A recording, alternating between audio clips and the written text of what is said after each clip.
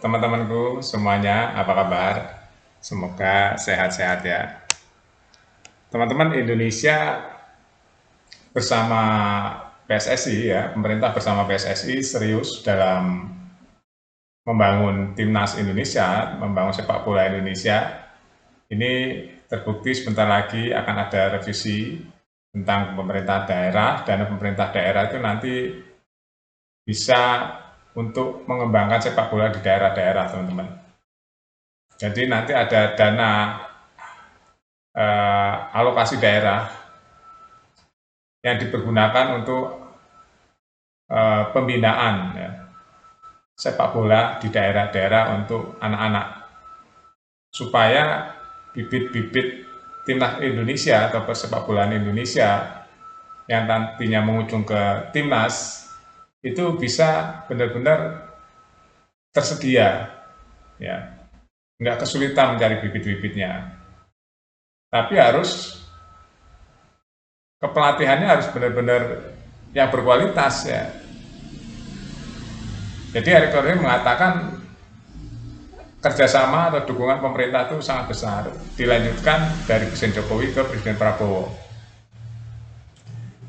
Tapi penemuan saya atau analisa saya di lapangan ya, saya ketemu dengan beberapa SSB ya, itu kalau menurut saya latihannya kurang greget ya, kurang greget teman-teman. Ya ada namanya funball, ada yang namanya usia-usia kan berkembang ya, dari usia dari 6 tahun, 7 tahun, 8 tahun, 9 tahun ya, U11, U12, U13, 14 sampai 17 ya umpamanya. Nah, itu kan tahap-tahap yang menentukan tuh dari kecil tuh. Dari kecil ya sampai ke U17 itu sudah kelihatan gitu, pembentukannya nanti. Siapa yang akan muncul sebagai pemain yang berbakat tuh kelihatan di situ mulai U16 tuh teman-teman. Dan itu butuh proses, enggak ujuk-ujuk instan gitu, enggak. Dan itu juga butuh fasilitas. Yang saya temukan di lapangan ya, kalau saya wawancara para pelatih-pelatih di SSB itu kadang-kadang fasilitasnya itu teman-teman ya.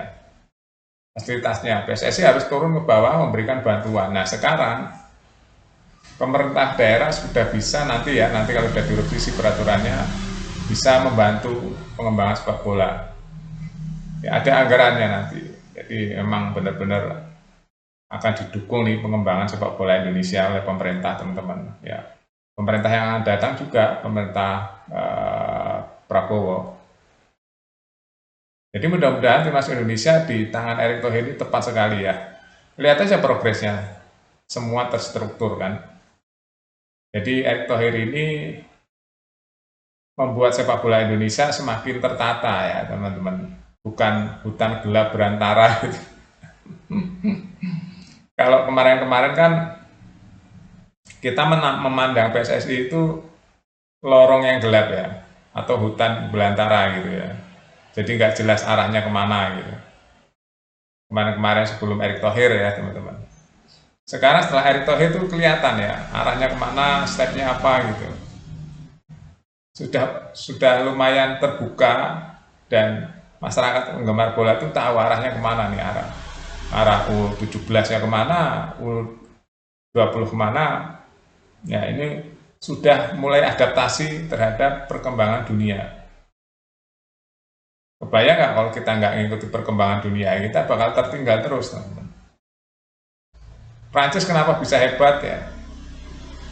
Ya, pemainnya dari mana-mana, teman-teman. Terus eh, mana tuh negara-negara yang keturunannya tuh dari mana-mana ya, seperti Filipina juga itu naturalisasi juga. Nah, Indonesia ngecas. Indonesia ini sebenarnya ada arah Indonesia juga.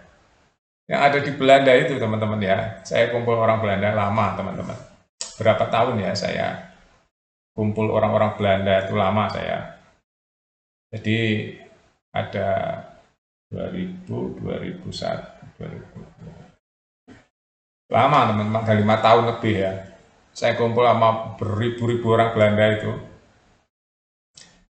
Saya ketemu banyak orang Belanda ke Indonesia itu memiliki keturunan orang Indonesia, teman-teman.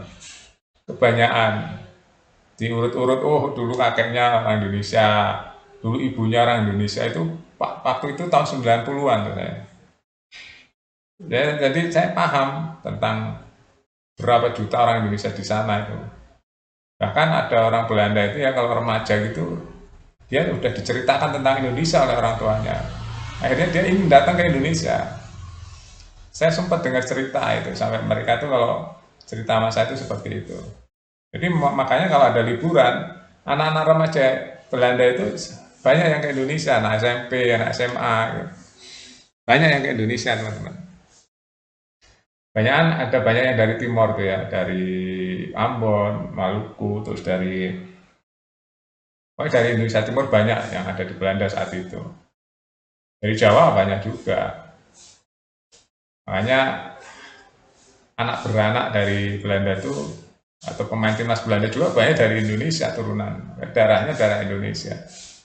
Ya, mereka ada keterikatan gitu, ingin membela timnas Indonesia. Selain Indonesia sekarang semakin berkembang kan, makin berkembang Indonesia, pembangunannya, per kapitanya kan semakin berkembang terus. Itu yang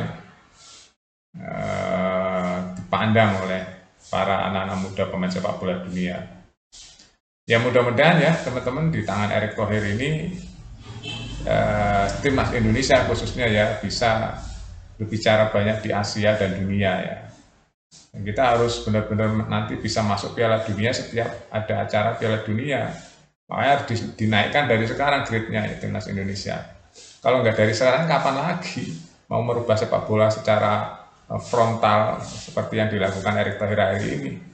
Nggak bisa, kita harus benar-benar kerja keras, berkelanjutan ya, continuity, bukan hanya musiman, berkelanjutan dengan pembibitan dari usia dini.